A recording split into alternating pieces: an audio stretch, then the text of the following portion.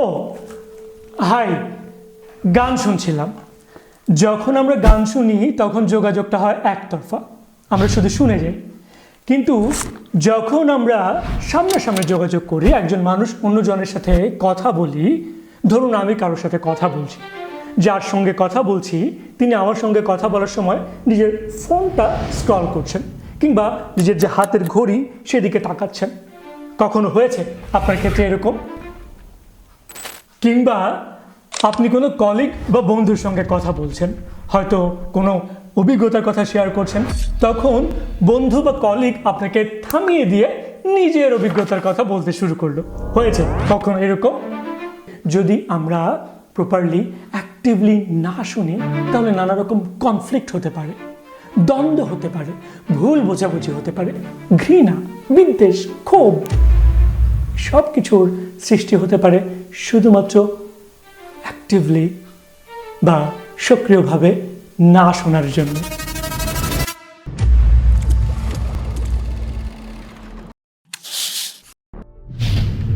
Hello hello hello তো যে লক্ষণগুলোর কথা আমি বলছিলাম, সেই লক্ষণগুলো যদি আমার মধ্যে থেকে থাকে তার মানে আমি মোটেও ভালো শ্রোতা নই।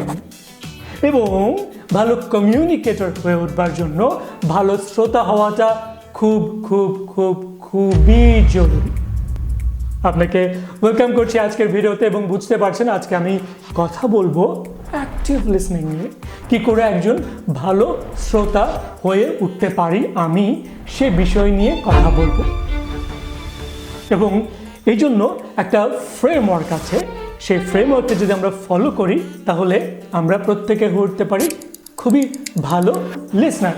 এবং সেই ফ্রেমওয়ার্কটার নাম হচ্ছে রাসা ফ্রেমওয়ার্ক। ইয়েস, রাসা ফ্রেমওয়ার্ক,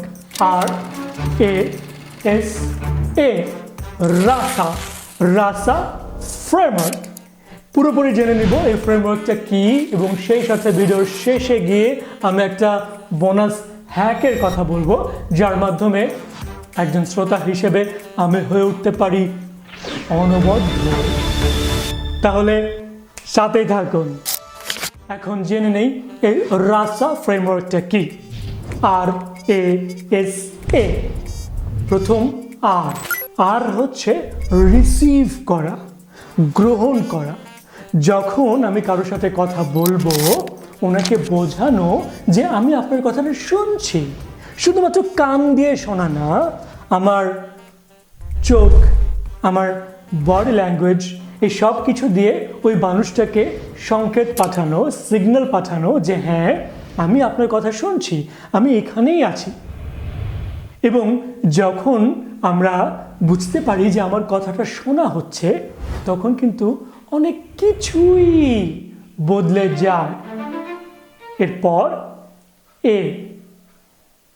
এ হচ্ছে অ্যাপ্রিসিয়েশন, প্রশংসা করা। যখন একটা শিশু হাঁটতে শুরু করে টলমলে পায়ে, একটু একটু হাঁটতে হাঁটতে গিয়ে টুক করে সে পড়ে যায়, কান্না করতে শুরু করে, তখন আমরা যদি হাততালি দিই এবং বলি বাবা তুমি কি সুন্দর হাঁটছো, সে আবার খিলখিল করে উঠে হেসে হাঁটতে শুরু করে। এটা হচ্ছে প্রশংসার শক্তি, তাই না?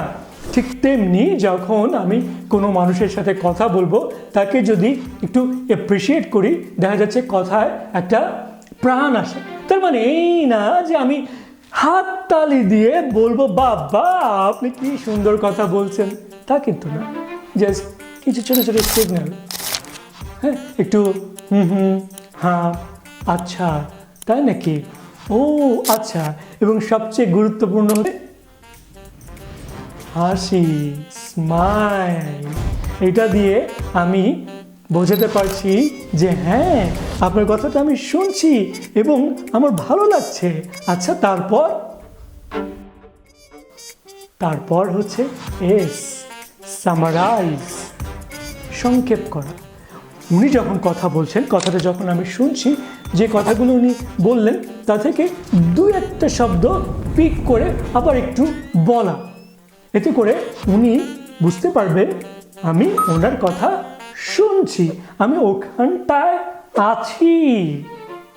হয়তো উনি ওনার বেড়াতে যাবার গল্প বলছেন, তখন আমি ওনাকে জিজ্ঞেস করতে পারি, তাই আপনি তাহলে বান্দরবান বেড়াতে গিয়েছিলেন, বান্দরবানেই ছিলেন 3 দিন, এরকম কিছু সামারাইজ কর।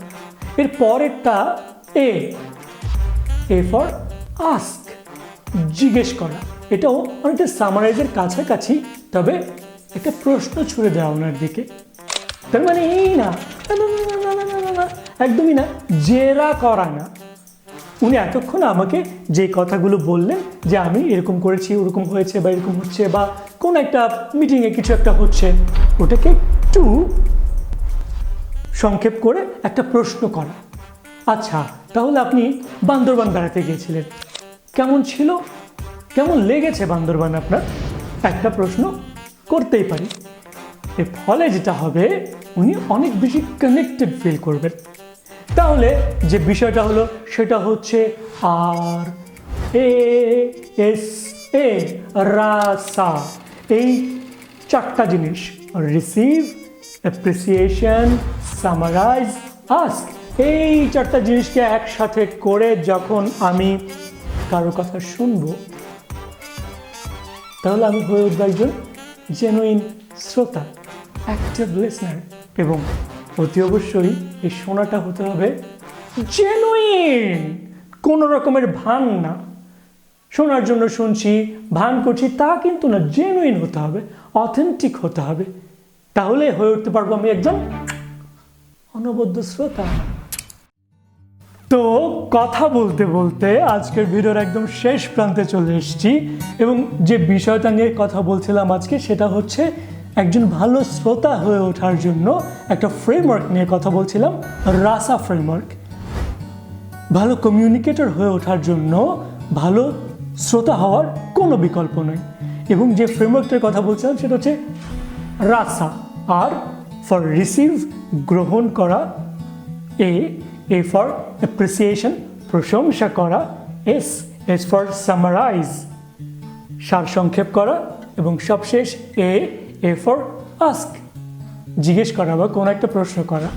এই 4টাকে মিলিয়ে যখন আমি কারোর সাথে কথা বলবো এবং কথাগুলো শুনবো, আমি হয়ে উঠতে পারি একজন ভালো শ্রোতা। তো আপনি যা করতে পারেন, এগুলো নিজের জীবনে আজকেই করে দেখতে পারেন, প্রয়োগ করে দেখতে পারেন কাজ হচ্ছে কিনা। আর আমার কথা যদি ভালো লেগে যায়, লাইক করতে পারেন, সাবস্ক্রাইব করতে পারেন, এবং সেই সাথে বন্ধুদের সাথে শেয়ার করতে পারেন। নতুন কোনো ভিডিও নিয়ে, নতুন কোনো বিষয় নিয়ে কথা হবে। ততক্ষণ পর্যন্ত অনেক অনেক অনেক ভালো থাকবেন। আজকের মতো বিদায়, টাটা।